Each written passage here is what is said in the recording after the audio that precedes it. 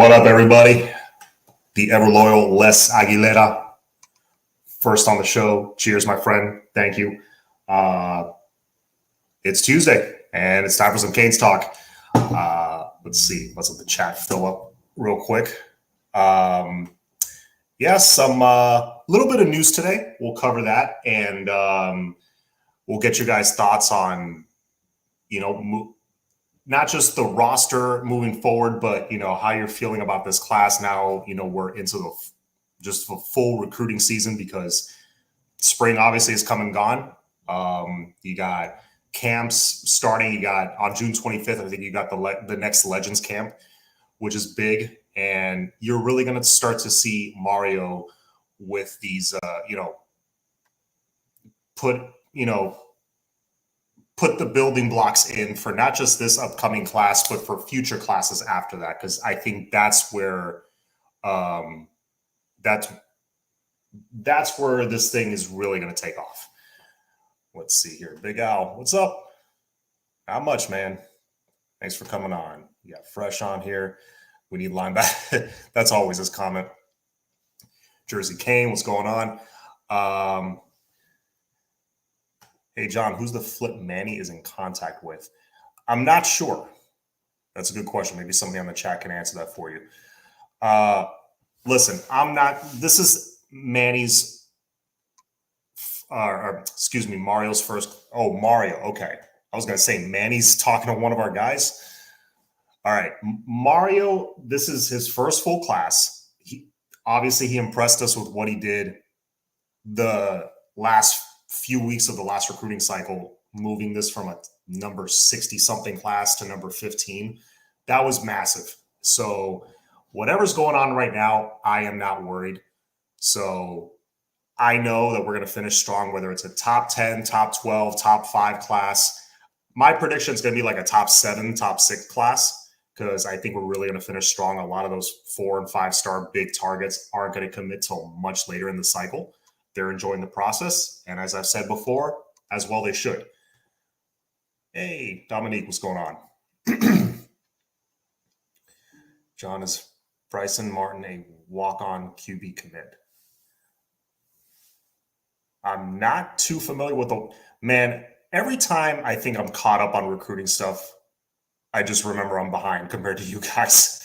Anyway, let's talk about Jaden Rashada really quick. So he announces today that he will be announcing June 18th. Okay, so obviously a big-time target for Miami. What do I think is going to happen here? I'm not loving our chances as of right now for Jaden Rashada. Are we out of it? No, I don't think we're completely out of it for anybody. I think we have a chance. If our coaches get into any living room and, talk with the player, talk with the family, we got a chance. So that being said, a lot of the crystal balls are saying Florida right now. And, maybe he gets more playing time right away. We'll see. I know if he comes here, he's going to have to wait. He just put it up on Twitter. Okay. I'll have to check that out, Stacy. Les, what do you think of the knock? I'll get to that in a second. So, Jaden Rashada, he posted this earlier today. We're one of his top 6 or top 8 schools or whatever it is. So the chance is there. Do I love our chances? No. I talked a lot last week about Emory Williams. I think that kid is way more advanced than what his rating says. Is he my number 1 choice? No, that would be Jaden. He's not a freak athlete by any means. He can run a little bit. He can make every throw. Got a pretty strong arm. I would say college strong. He could throw the lob pass down the field. He could put some zip on it. Very accurate. Love his mechanics. His footwork is second to none. I talked to Flo about it, and Flo, as you guys know, was a college quarterback at one point, believe it or not. He'll tell you, I just held a clipboard for 4 years. Listen, a scholarship is a scholarship. Like, if you play college ball, you play college ball. That means you were a stud in high school at the very least. That means he's a better quarterback than anybody than me or anybody on this chat right now. So he knows more than we do about that position. And he loves the guy's footwork, his mechanics. I would not be upset if Emory Williams ends up being our quarterback for this class. Am I ecstatic? Not really, but I'm not upset. That being said, another name surfaced during the week, over the last couple of weeks, really, Avery Johnson. Avery Johnson, he is being recruited hard by Colin Klein, actually, at Kansas State. I did not realize he was a coach over there. And right now, the crystal balls are pointing that way. So we got some ground to make up with Avery Johnson, if that's who we want to land. I think athletically, that's definitely an upgrade over Emory Williams.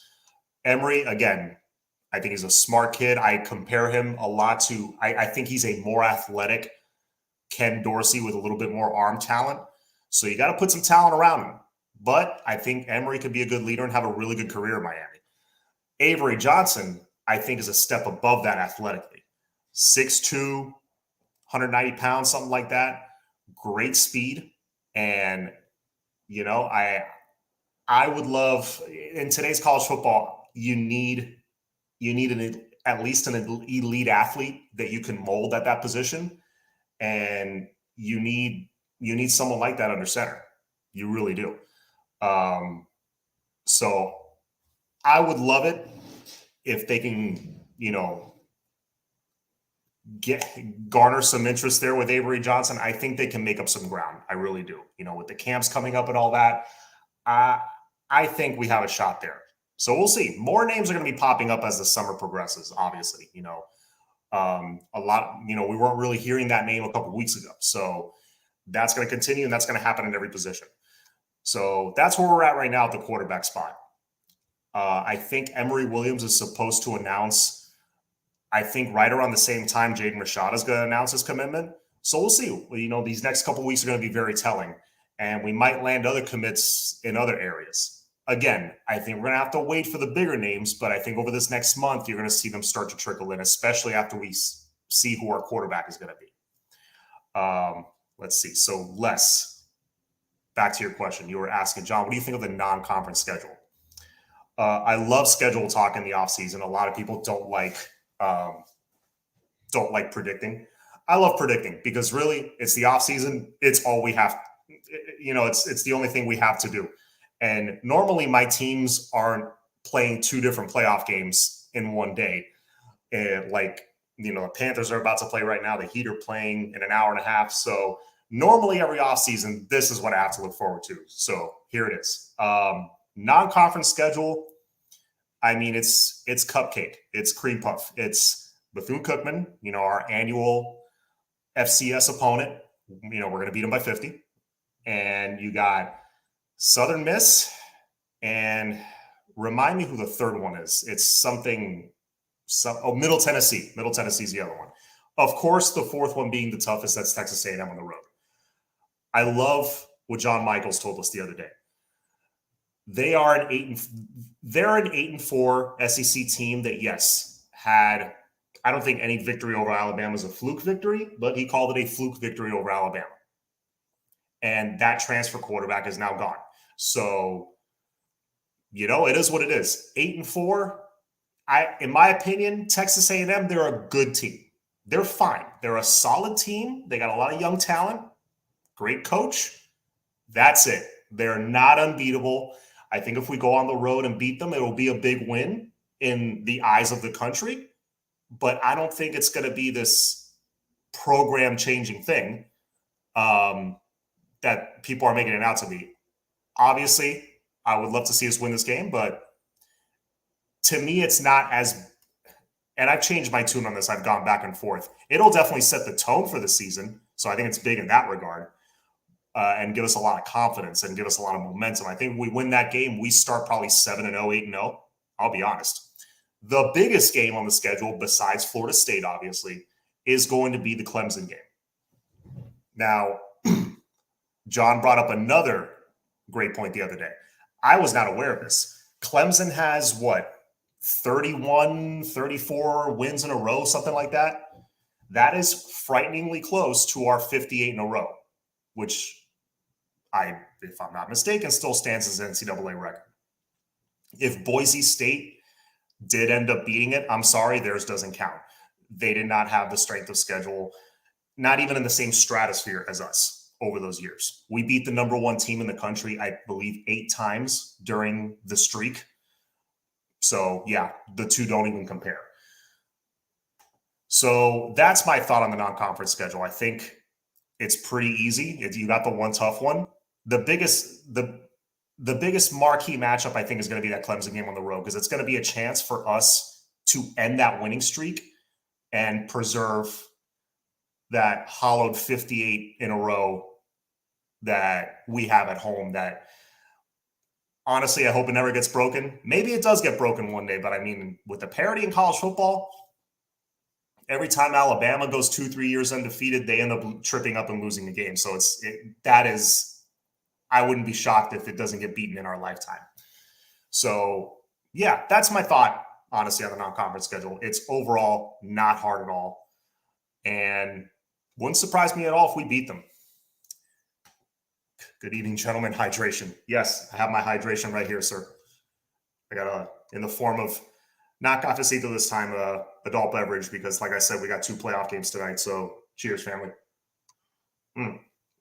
Hit the like button, by the way, and please subscribe. So, what was I rambling about? Recruiting quarterbacks. Like this Avery Johnson kid. I like his tape. I think he's got more upside than Emory. Not quite the polished passer that Emory is, but we'll see. We'll see how he progresses. Some other names coming up in recruiting. Obviously, I expect us to land a big-time linebacker, hopefully a 5-star, if not a high 4-star, like a top 100 guy. With who we have on the coaching staff, there's no way we don't. We got to land at least one of those to pair with Chase Smith, Wesley DeSaint moving forward. You got to land at least one. And then, of course, you already got Bobby Washington, who I think has a lot of upside. I like him. Is he going to start? Probably not, but he provides talented depth, not depth where there's a huge drop-off. So he could be molded. He's a nice project. And then you got to get that at least one other guy besides that that's at least like a solid 4-star, maybe not. If it's a top 100 guy, great. We're certainly capable of that, but at least something close to that. Malik Bryan obviously being my number one choice there. Receivers, a lot of people are talking about that.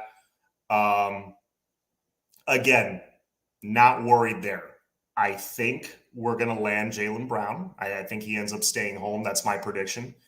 As of right now, I don't think we land also, in addition to that, a Brandon Inniss or a Hakeem Williams. I think it's Jaylen Brown. You already got Robbie Washington, who I'm very excited about. He's very electric.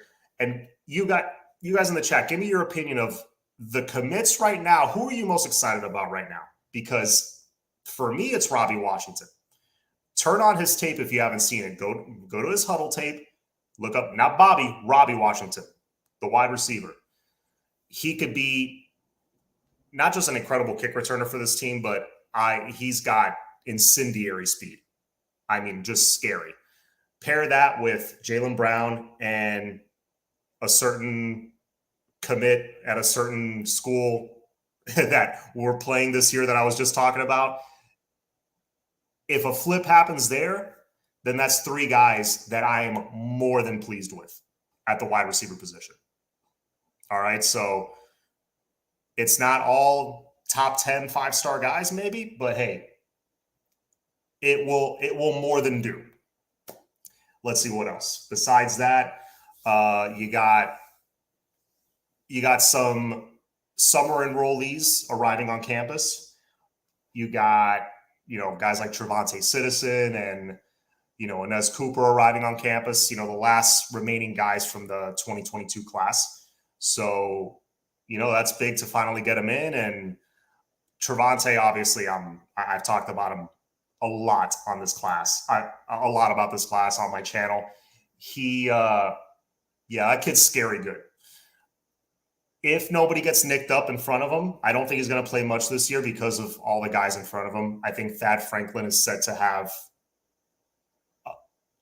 I don't want to throw around the word monster season, but I think Thad Franklin is going to be that part of that 1-2 punch between him and Rooster. They're going to be thunder and lightning. And Henry Parrish is going to be that perfect third down, complement to them. If anybody gets nicked up and he gets a chance to play, watch out for that. He is going to, it's going to be tough to get him off the field. And this is a coaching staff that's going to play the best players. They're not going to show favoritism just because you're the older guy. We made this mistake 11 years ago, 12 years ago, when we had Mike James, Lamar Miller, Storm Johnson. Mike James, if I'm not mistaken, was getting more. He was taking too many carries away from Lamar Miller and Storm Johnson, in my opinion. Lamar Miller honestly barely played running back. He was playing a lot of special teams. And Storm Johnson, didn't play until that final game at USF where Randy Shannon ended up getting fired after the game. Let's see what Stacey Hall is saying. Bryson Martin is from Clearwater Central Catholic. Okay, I'm gonna have to look into him. Is Robbie Washington faster than Brashard Smith? That's a good question, man. I gotta look that up. I'm not sure, but Robbie Washington is that type of fast. It's absolutely insane. See, Al Brown says Robbie Washington. I agree. What's up, you family? What's the conversation about? A little bit of, like most of my shows, Goldwire, a little bit of everything, a little bit of recruiting. Talking about who we're excited about, the enrollees that just got to campus today. Or today or yesterday. They got there this week to start classes. So you let me know, you guys let me know who you're excited about. Anybody that maybe I've forgotten to mention. I know Inez Cooper is a name that people, kind of a sleeper that people are excited about. I heard he wasn't, maybe he, dropped some weight and leaned down. He wasn't as massive as people were expecting because his height and weight on 247, I think it was like 6'6", 330, 340, something like that. Yes, Goldwire. Thank you. Please hit the like button. But yeah, is Robbie Washington faster than Brashard Smith? I don't know, and that's a great problem to have. It's like back in the mid-2000s, who was faster, Roscoe Parrish or Sonoris Moss? Who was faster, Roscoe or Devin Hester? Hester, I think had everybody beat. So yeah, just in general, some recruiting talk and whatever questions you guys want to throw at me. Les asked, do you think we already have a receiver on the team that can stretch the field, or do we need to find somebody in the portal? I think we got guys that can make plays. Stretch the field? Yeah, I think their speed is enough that they can stretch the field. Guys like, right now, Keyshawn, Romello, who we didn't get to see in spring at all. Romello, I think, can stretch the field a little bit. But more than anything, I think he's going to use his size to go up and make plays and his route running ability to get open. So it's not just pure speed with him. I think it's just all-around playmaking ability with Romello. I would love to see him take that next step. Jacoby, like I've said many times, very smooth, good route runner, had a little bit of an issue with drops in the spring. Guys, that's mental. That's all up here. That can absolutely get corrected by the time the season starts. And if it does get corrected, that's a wrap. I think that's your deep threat right there. He's not a 4-2 guy, but enough that he can get down the field and make some plays for you. If that answers your question. Nobody there's no Jordan Addison on the team right now that's just going to scare the hell out of defenses, but you got guys that are going to make plays. You got guys from right here in South Florida that they know what they got to do. They know what they got to do. They've done this their whole lives. They've been making plays for years now on Friday nights under the lights with the Tri-County area watching them. They know what's up. They know what they got to do. They know what the job is that needs to get done. Alex, my man. What up? Sorry I'm late. No worries. Keep hearing wide receiver Foles. Yes. Looked up a little bit about him, his tape. I believe he goes to Dade Christian. Yeah. Foles or Fowles, I'm not sure how it's pronounced. But let me tell you, I believe his full name is William Fowles. Let me confirm that for you guys really quick. William Fowles. Yep. Yeah, I looked at his huddle tape earlier today. Man, he's 6'3", 6'2", 6'3", depending on where you look. I think he's closer to 6'3" now. About 200 pounds. Similar frame, similar size to Isaiah Horton, and surprisingly good speed for a guy that's 6'3". So that's a guy that's a guy that could be a bit of a late riser, gaining some traction with us. I think he's a 4-star recruit right now, like back end of the 4 stars, but he can rise late, and maybe we grab him again if that's the 3rd guy or 4th guy in addition to Jalen and Robbie and somebody else. I'm pretty good with that. Just remember, you still got to see what Isaiah Horton's going to bring. And remember, Romello and Jacoby, again, are just going into their sophomore years. I realize they had a meh spring, but don't use that to judge them.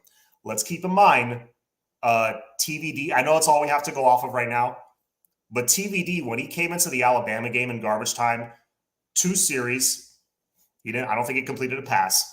Some people started freaking out. Okay, so when you have a small sample size to go off of, where the offense is going to be vanilla and all that stuff, and we're not at practice watching, take it with a grain of salt, guys. I think we've got good talent. It's not Alabama, Georgia talent at wide receiver, but we got talent there. We are way better off at the wide receiver position, at the skill positions in general, than we were 2 years ago, 3 years ago. It is a huge improvement. So keep that in mind, guys. Don't panic. Let's see. Alex says, in my opinion, I'm still not sold on our current D-line roster. LT can't do it on his own. Many rumors on anything in the portal happening there.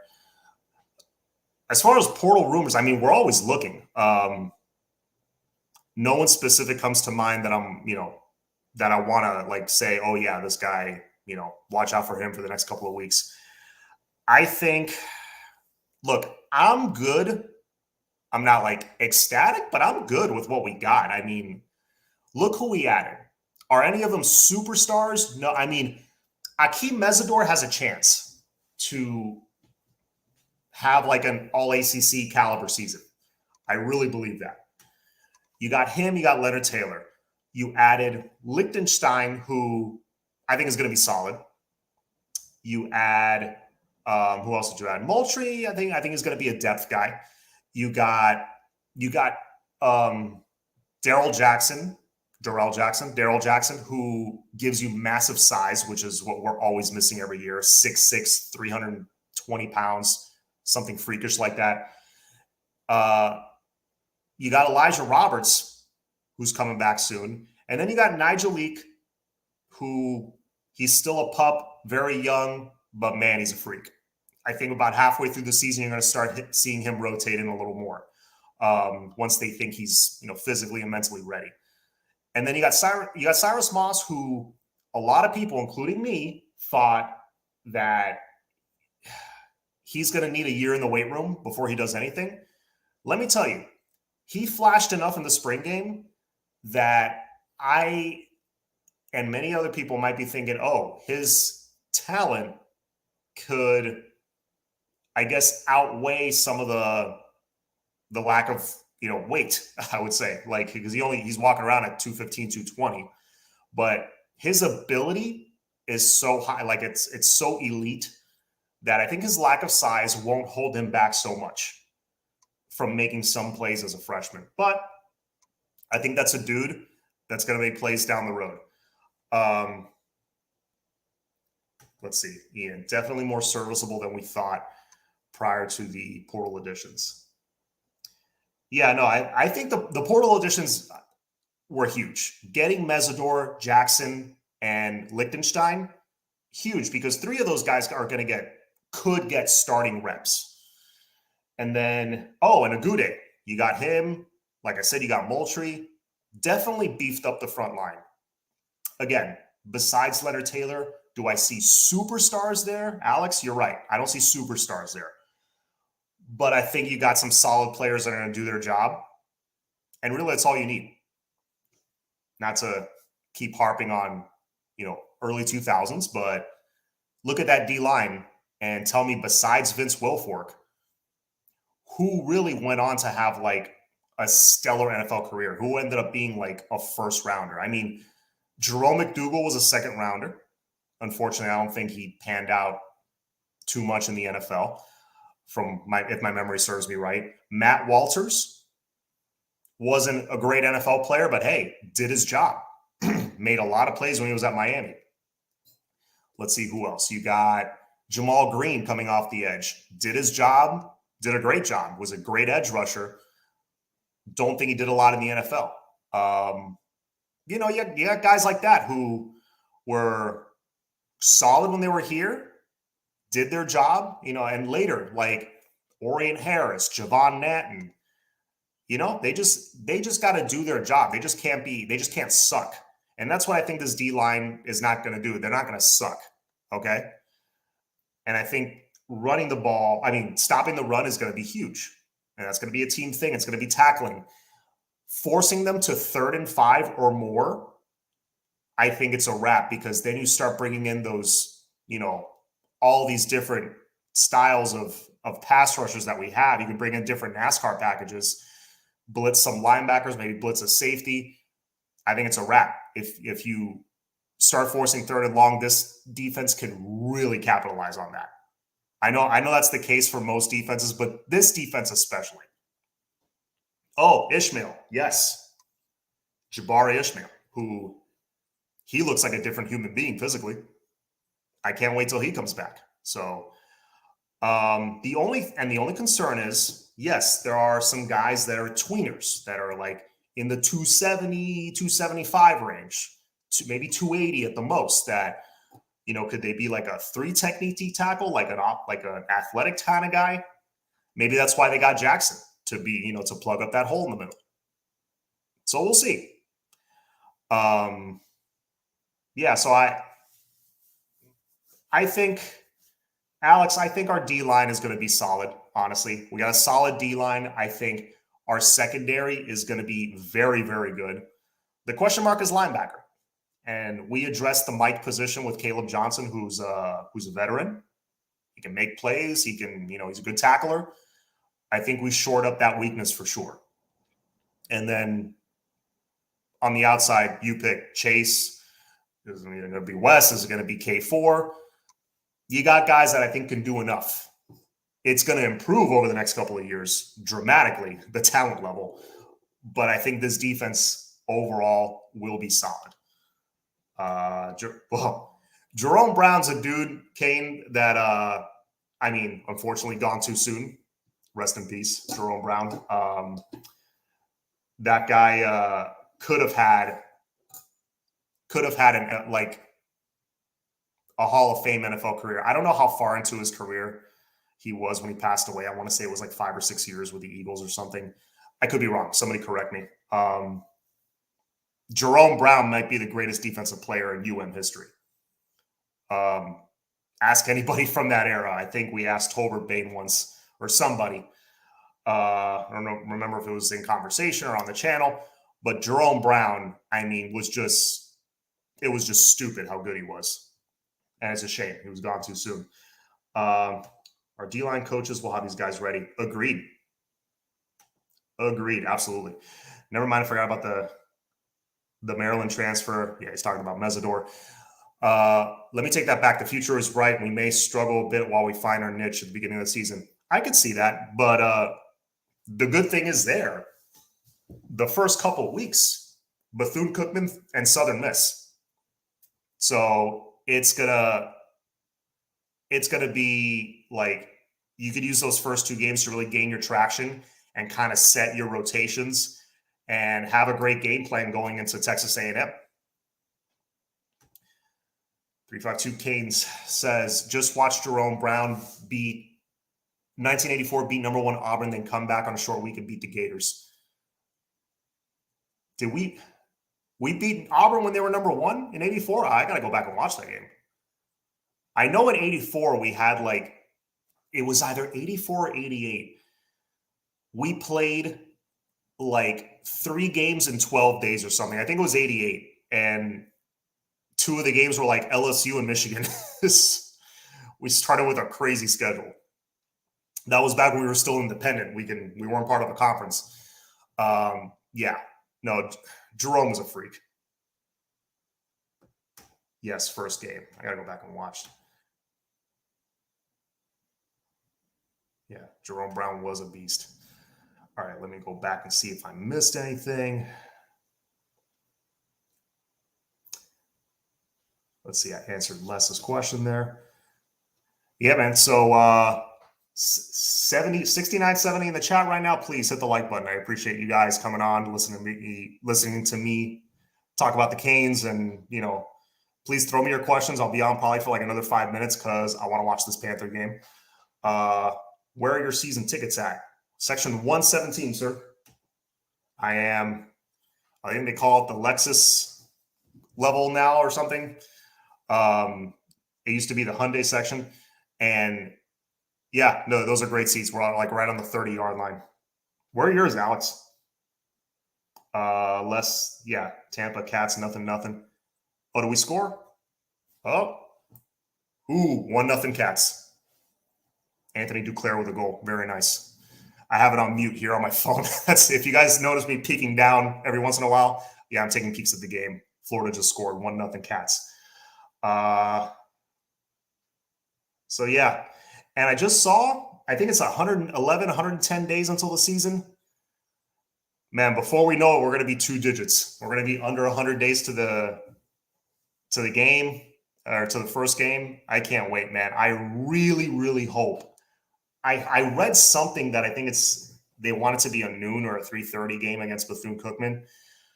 I really hope that's a night game, even if it's a 6 p.m. game, like one of those weird times because it's like on ESPN Plus or some garbage. I know we're not facing a big opponent. It's Bethune-Cookman, but it's Mario's first game. It's at home. It is going to be a sellout. We're going to pack the Rock. We gotta like have that game at night. And if we have that game at night, then I might do a little bit, like a live stream, something while I'm at the tailgate in the afternoon. We'll see.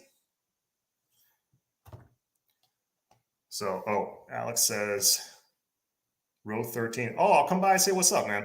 316, row 13. I'll remember that. Yeah, no, that sun is absurd. For those of you who maybe are following me and don't live in Miami or haven't been to Miami in a long time, yeah, the sun hasn't gotten any better. September and like the first 2 weeks of October are summer in Miami. There was a big reason why growing up, I would always watch the Dolphins start 3-0, 4-0, because they would always win like their first 4 or 5 home games because that heat at those 1 o'clock kickoffs against whoever, the Jets or whoever we were playing at the time, we just wore people down. And it was the same thing in the Orange Bowl. Before night games, with the TV contracts and everything, before night games became a more regular thing, like for prime time over the last 15, 20 years, dude, we were playing FSU like in 2002. I was at that game. 2003 also in FSU. We were playing them at noon. That 2002 game and 2000, I mean, they were in October, but you would have thought they were in July. It was incredible how hot it was. It was insulting. So yes. Oh, Miami Flow. Yes. Looking forward to that, sir. So Alex, for many reasons, I am hoping this game is at night because, man, September 3rd, that might as well be summer. That's basically summer here in Miami. Mark Stamper, John, in your mind, who is the best coach to ever coach at the U? Ooh, I think it was a good question to end on. Best coach to ever, you're talking head coach, I'm assuming. I'll say one head coach, one assistant coach. How about that? Man, I'm going to say Schnellenberger. Yeah, Jimmy's hard to argue, but no, I'm going to say Schnellenberger, man, because he started it all. He built it. And I think if he stayed, if you watch the U documentary, part 1, a lot of you guys are saying Jimmy. Alex says Jimmy. Mark says Jimmy. less Jimmy Johnson. Yeah, no, I love Jimmy Johnson. Jimmy Johnson is one of my all-time favorite coaches in all of sports. Love Jimmy Johnson. But if you watch part one, the U documentary, part one, early in the movie, when right after the part where Howard Schnellenberger wins that first national title for Miami in 1983, and he leaves for the USFL.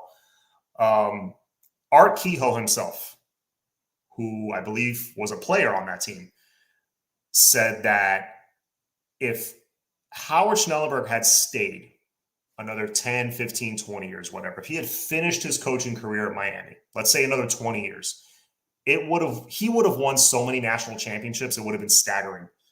Because the state of Miami, that he roped off that whole South Florida, like, these are our players, you're not coming in here and stealing our guys. He started that.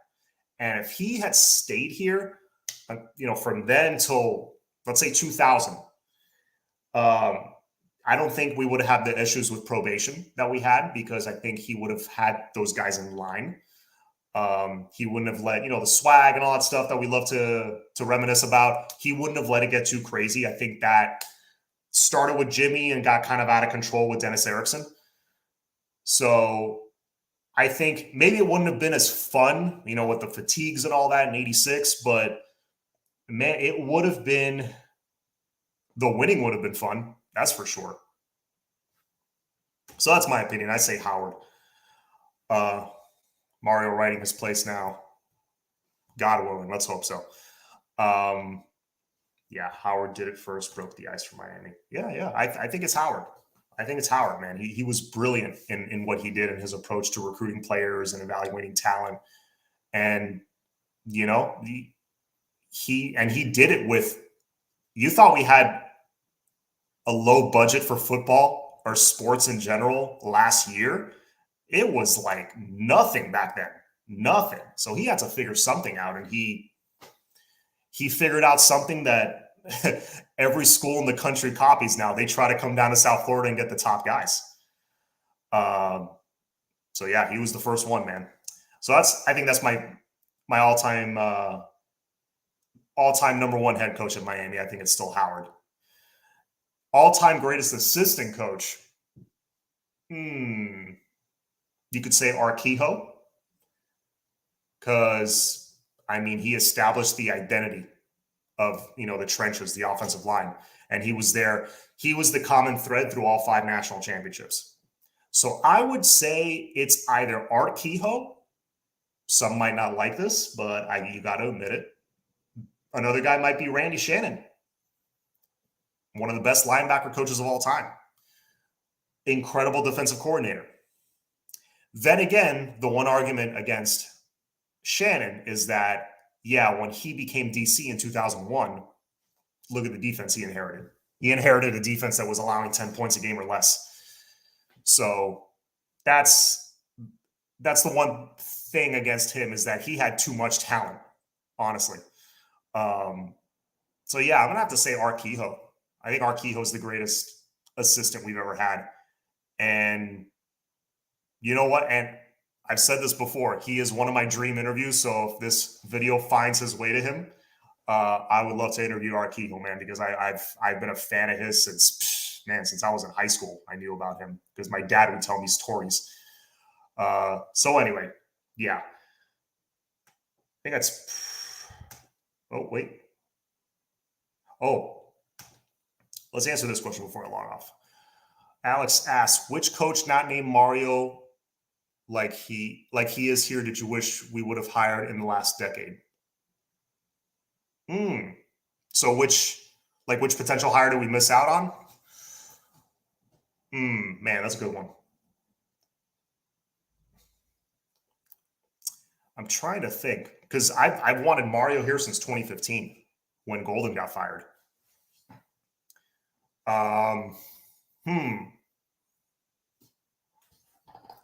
Man, some of you guys give me your suggestions, because I'm having a tough time with this one. I always loved Mark Richt, so I was really happy when we hired him. Not everyone loved the hire at the time. I was a huge fan of the Mark Richt hire. Oh, Lane. You think? Yeah. If you can tell me he's going to stay for more than 2 years, yeah, Lane Kiffin would be a good one. A little reminiscing here. The Orange Bowl ran out of water for sale in a Miami FSU game. I remember it. It was a game where Dorsey to Shockey to win the game. Yeah, that was 2000. That was wide right three. I was there. That was my first game ever. Yeah, that is absolutely true. That's not an exaggeration. If you didn't go to that game, I remember when my dad and my sister, and all my dad can rummage together was like a couple Diet Cokes and like one lime green Gatorade, which is disgusting. That's my least favorite Gatorade, but we like survived on that because it was like, oh my God, it was a million degrees. There was no water. They ran out of beer before the game. I remember that as well. Crazy. Chris Peterson. That's a good one. Good one, Mark. Yes. That's a dude that would have fit here very nicely. Agreed. All right, guys. So if you missed the show, please rewind or rewatch squad that thing. Please share it with your friends. Um, love talking Canes with you guys. I am going to have a guest next week and probably the week after that as well. But I appreciate it. On your way out, please go hit that like button, hit the subscribe button, go Heat, go Panthers. But most importantly of all,